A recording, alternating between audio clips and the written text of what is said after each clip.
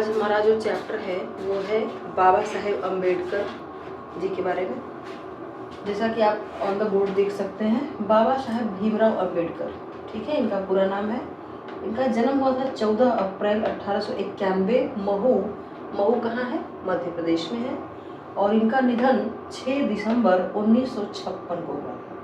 बच्चों, जैसा कि मैंने बोर्ड पे लिखा है कि बाबा साहेब भीमराव अम्बेडकर ने श्रम विभाजन और जाति प्रथा के बारे में अपनी बातें प्रस्तुत करने की कोशिश की है और बहुत ही सुंदर तरीके से उसको लिखा भी है।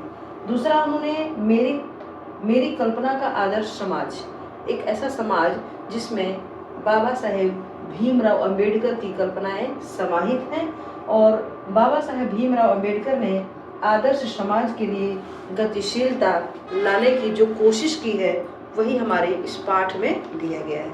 तो हम एक बार आपके पाठ का जिक्र करते हुए पहले आपको ये बता दें कि इस पाठ में लेखक ने आपको ऐसी कौन सी आवश्यकता पड़ी थी चीज़ों को बताने की।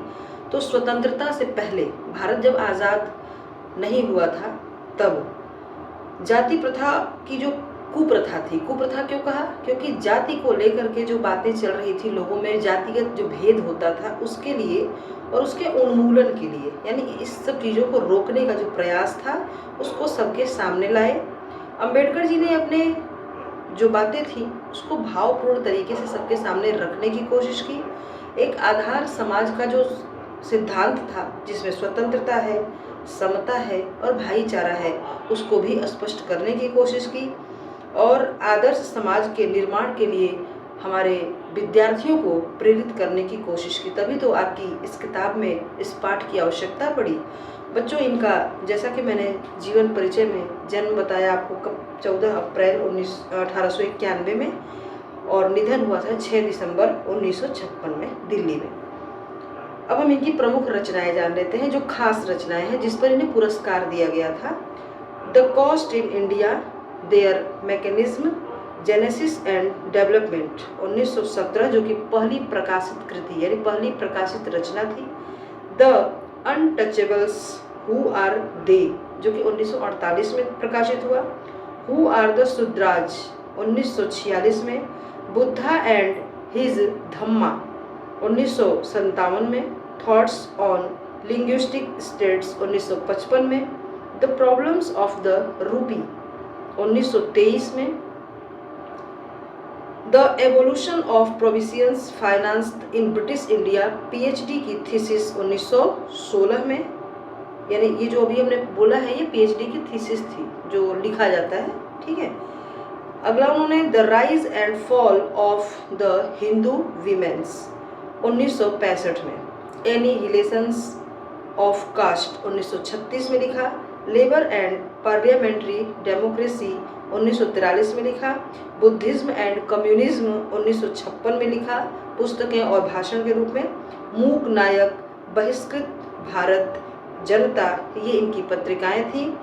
और इसको हिंदी में संपूर्ण वाङ्मय भारत सरकार के कल्याण मंत्रालय से बाबा साहेब अम्बेडकर संपूर्ण वाङ्मय नाम से प्रकाशित हुआ, जिसके 21 खंड थे। 21 खंडों में इसको प्रकाशित कर दिया गया।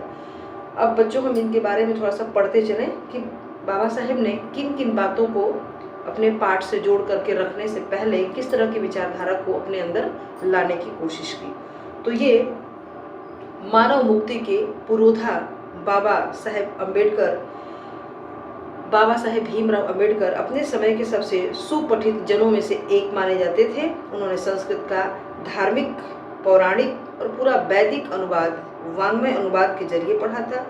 वे इतिहास मीमांसक थे, विधि वेत्ता थे, अर्थशास्त्री थे, समाजशास्त्री थे, शिक्षाविद और धर्म दर्शन के व्याख्याता बनकर उभरे थे। यानी शिक्षा के मामले में बाबा साहेब अम्बेडकर जी को कोई भी पीछे नहीं कर सकता था। सबसे आगे उनकी क्वालिटी थी, सबसे अच्छी उनकी पढ़ाई थी, तभी तो इतनी अच्छी उन्हें हर विषय में जो उपाधि मिली है, ठीक है। समाज और राजनीति में बेहद अपनी सक्रिय भूमिका निभाते थे। उन्होंने अछूतों को, स्त्रियों को और मजदूरों को मानवीय अधिकार और समाज में सम्मान दिलाने की पूरी कोशिश की, उसके लिए अथक संघर्ष किया। उन्होंने जीवन भर लोगों को दासता से मुक्ति दिलाने का प्रयास किया और सामाजिक समता के लिए संघर्ष किया। उन्होंने कहा कि समाज में सबका स्थान समान होना चाहिए, हर कोई काम करता है, हर कोई जीवन में आगे बढ़ना चाहता है। जीवन में परिश्रम का मोल बताया उन्होंने कि परिश्रम चाहे किसी भी तरीके का हो, लेकिन परिश्रम तो हर कोई करता है, तो सम्मान भी सबको मिलना चाहिए। इन्होंने बुद्ध, कबीर, ज्योतिबा फुले से भी प्रेरणा ली थी और बौद्ध धर्म को अपनाया था। फिर इन्होंने जाति आधारित उत्पीड़न, शोषण और अपमान से भी इन लोगों को बचाने की कोशिश की और स्वयं भी उन चीज़ों से वो गुजरे थे। इसीलिए उन्होंने पूरा अपना लेखन इन्हीं संघर्षों से जोड़ करके लिख दिया।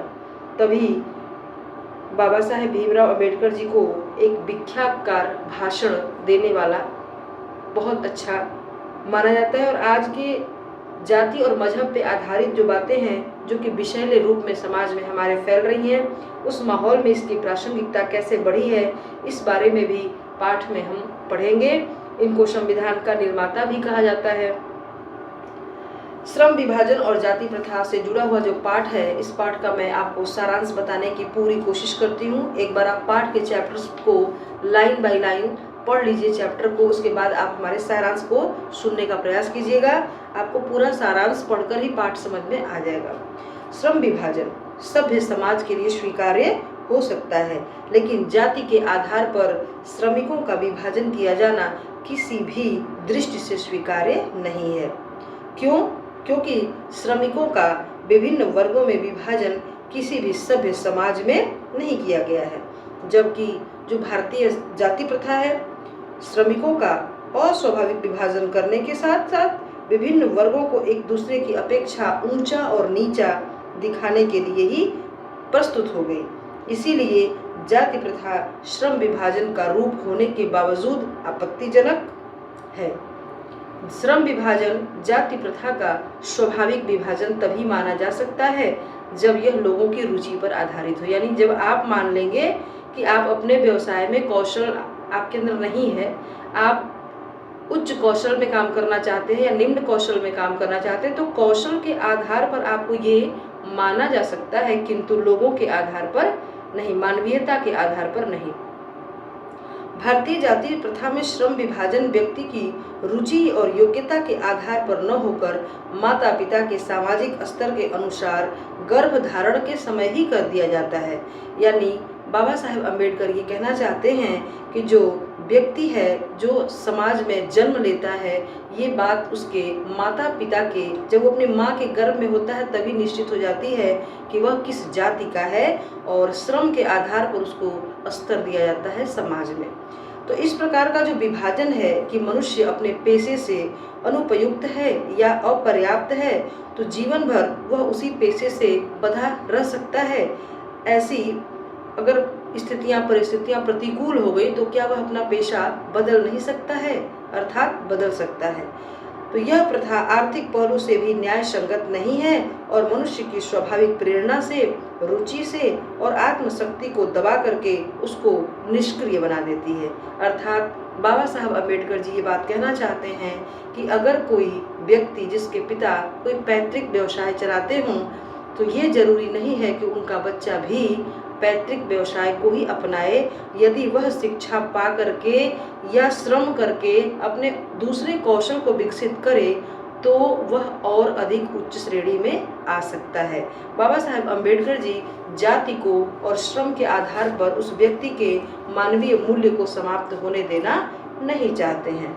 बच्चों, इस पाठ में जो बात कही गई है कि अनुपयुक्त और अपर्याप्त होने पर भी जीवन भर वह व्यक्ति उसी पेशे से बंधा रहता है और प्रतिकूल परिस्थितियों में भी अपना पेशा बदल नहीं पाता, तो क्या एक कुम्हार का बेटा जीवन भर कुम्हार ही बना रह जाएगा? एक रिक्शा चालक का बेटा जीवन भर रिक्शा चालक ही बना रहेगा? क्या यह संभव है? एक पेशेवर बहुत बड़े बिजनेसमैन का बेटा बिजनेसमैन ही रह जाएगा? ये जातिगत और पीढ़ीगत के आधार पे हम नहीं कर सकते। ये हम इस बात के पक्ष में अपनी बातें नहीं रख सकते कि वह अपना पेशा बदल नहीं सकता, अर्थात बदल सकता है और अपनी रुचि के अनुसार किसी से इंस्पिरेशन के आधार पर यानी प्रेरणा पा करके या अपनी आत्मशक्ति के आधार पर वह अपने पेशे को बदल करके जीवन में आगे भी बढ़ सकता है। साथ ही हमारा ये पाठ का जो दूसरा आता है, मेरी कल्पना का आदर्श समाज, इसको हम आगे इसका सारांश बताते हैं। आपके श्रम विभाजन और जाति प्रथा का सारांश समाप्त हुआ। अब जो लेखक ने अपनी कल्पना से एक आदर्श समाज की रचना की है, जो गढ़ने की कोशिश की है, उसके बारे में उसका सारांश पढ़कर समझते हैं कि बाबा साहेब अम्बेडकर जी किस प्रकार के आदर्श समाज की कल्पना करते थे। तो लेखक के अनुसार आदर्श समाज स्वतंत्रता, समता और भाईचारे पर आधारित होना चाहिए, साथ ही साथ लोकतांत्रिक भी होना चाहिए, जिसमें अपने साथियों के प्रति उनके मन में श्रद्धा हो और सम्मान की भावनाएं भी हो। लोगों को अपनी शक्ति के सामने और प्रभावशाली प्रयोग की स्वतंत्रता भी हो।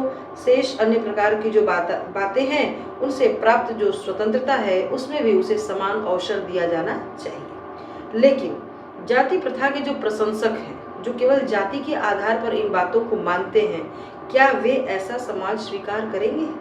नहीं। क्यों? क्योंकि अगर वो स्वीकार नहीं करेंगे तो क्यों नहीं करेंगे? क्योंकि इसका अर्थ होगा कि लोगों को व्यवसाय चुनने की आज़ादी देना पड़ेगा। तो इसके अभाव में जो व्यक्ति दास्ता से मुक्त नहीं हो पाएगा, यानी जिसको जो कार्य दिया गया है फिर वो अपनी मर्जी से अगर कार्य चुनेगा तो ये जरूरी नहीं कि जो कार्य दिया गया है समाज में वो वही काम करे, वो कार्य को बदल भी सकता है। तो अगर वो उस प्रकार की दास्ता से मुक्त हो जाएगा तो लेखक कहना चाहता है कि अगर इसका अभाव हुआ तो वह अपनी दास्ता से मुक्त नहीं हो पाएगा, और ये उसको खुली छूट दी गई तो वो दास्ता से मुक्त हो जाएगा। तो दास्ता क्या है? दास्ता केवल कानूनी नहीं होती है। दास्ता का मतलब गुलामी। दूसरों के द्वारा निर्धारित व्यवहारों और कर्तव्यों का पालन करने के लिए विवश हो जाना, ये दास्ता है। यानी दूसरों के द्वारा जो व्यवहार हमारे निर्धारित कर दिए गए हैं समाज में, यदि हम उस कार्य को अपनाते हैं, उस कर्तव्य का पालन करते हैं और नहीं भी करते, इच्छा नहीं है हमारी लेकिन हमें मजबूरी में करना पड़ रहा है, तो ये क्या है? दास्ता है, गुलामी है।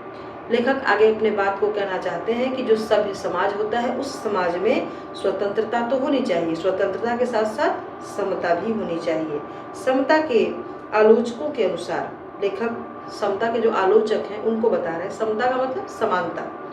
कहना चाहता है कि चूंकि सभी मनुष्य बराबर नहीं होते, समाज में हर कोई अलग अलग क्वालिटी का होता है, अलग अलग श्रेणी का होता है, तो अतः हम उनको समान नहीं मान सकते।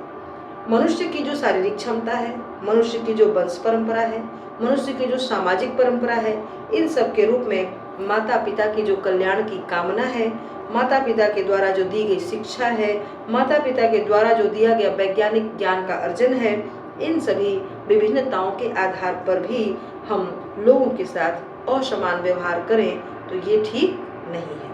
सभी को आरंभ से ही यानी शुरू से ही, बचपन से ही समान अवसर उपलब्ध कराए जाने चाहिए और एक समान व्यवहार होना चाहिए, क्योंकि अधिक जनसंख्या और समय की कमी के कारण वह आवश्यकताओं और क्षमताओं के आधार पर अलग अलग प्रकार के व्यवहार की आवश्यकता पर समाज को वर्गों और श्रेणियों में नहीं बांट सकता। इसलिए क्या करना चाहिए? समान व्यवहार के सिद्धांत को अपनाना चाहिए और यही उसके व्यवहार की एकमात्र कसौटी होनी चाहिए। यानी इसमें लेखक अपनी बात इस तरह रखना चाहता है कि समाज में ये वंश परंपरा पर निर्धारित नहीं होना चाहिए, शारीरिक क्षमता पर आधारित नहीं होना चाहिए, शिक्षा पर आधारित नहीं होना चाहिए, तो मानव मूल्यों पर आधारित होना चाहिए। समाज में हर व्यक्ति को जीने की या स्वतंत्र जीवन में सभ्य समाज में रहने की छूट होनी चाहिए, समानता का अधिकार दिया जाना चाहिए। तो बच्चों, इस प्रकार हमारा ये पूरा इस पाठ का सारांश भी समाप्त हुआ। जैसा कि अभी मैंने बताया आपको कि एक इसके मोस्ट इम्पोर्टेंट जो पैराग्राफ है, आप इसके 2 पैराग्राफ देख लीजिए जो कि इसमें से एग्जाम में बहुत ज़्यादा कई बार आता है। तो किताब के आप चैप्टर देख लीजिए, इसमें से आप ढूंढ लीजिएगा। यह विडंबना की बात है कि इस युग में भी जातिवाद के पोषकों की कमी नहीं है। यहाँ से मिलाते हुए आप नीचे आइए, जो कि विश्व के किसी भी समाज में नहीं पाया जाता है। ये आपके बोर्ड एग्जाम में आने की संभावना है। साथ ही साथ एक दूसरा और पैराग्राफ देख लीजिए चूँकि हमने आपको 2 पैराग्राफ पढ़ाया, आदर्श समाज और श्रम विभाजन। तो दूसरे पैराग्राफ में मेरा आदर्श समाज स्वतंत्रता, समता, भ्रातृता पर आधारित होगा, क्या यह ठीक नहीं है? यहाँ से शुरू करके आप देखते जाइए। इनमें यह आवश्यक है कि अपने साथियों के प्रति श्रद्धा और सम्मान का भाव हो। इन दोनों पैराग्राफ को आप पढ़ लीजिएगा, बाकी आप इम्पोर्टेंट क्वेश्चन को भी देखते जाइएगा, ठीक है। साथ ही साथ मेरे 2 क्वेश्चन आपके लिए। जाति प्रथा समर्थक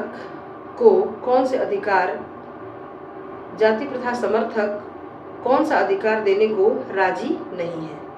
जाति प्रथा के जो समर्थक हैं वे कौन सा अधिकार नहीं देना चाहते हैं? दूसरा प्रश्न मेरा, अपना व्यवसाय चुनने की स्वतंत्रता होने का क्या अर्थ है? अपना व्यवसाय चुनने की स्वतंत्रता न होने का क्या अर्थ है? ठीक है, दोनों का आप हमें उत्तर कमेंट बॉक्स में लिखकर बताइएगा।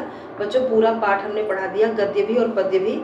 आपके लिए मैं जल्द ही आपकी अभिव्यक्ति और माध्यम से कुछ खास नोट्स लेकर के प्रस्तुत होती हूँ। ठीक है, आज के लिए धन्यवाद।